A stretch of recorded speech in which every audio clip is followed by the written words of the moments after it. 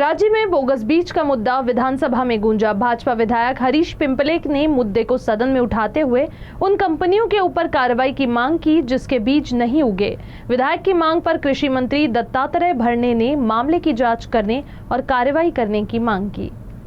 शेतकऱ्यावर दुबार पेरणीचं संकट आलेलं आहे।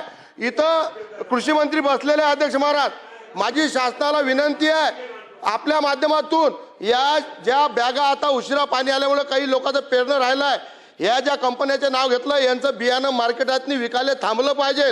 कृषी दुकानावर बियाणं खपलं नाही पाहिजे, नाही तर परत शेतकरी संकटात येणार आहे।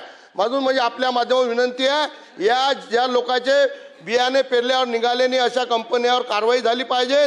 त्या शेतकऱ्याचा पंचनामे करून त्या शेतकऱ्याला कंपनीपासून आणि शासनाने मदत केली पाहिजे, अशी माझी आपल्या माध्यमातून नम्र विनंती आहे।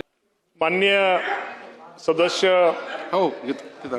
यांनी मांडलेले मुद्दे शेतकरी दृष्टिकोनातून अत्यंत महत्त्वाचे आहेत। या बाबतीमध्ये त्यांनी जे मांडलं ताबडतोब या बाबतीमध्ये आमच्या कृषी विभागाला सूचना ताबडतोब दिल्या जातील आणि त्या बाबतीमध्ये कारवाई केली जाईल।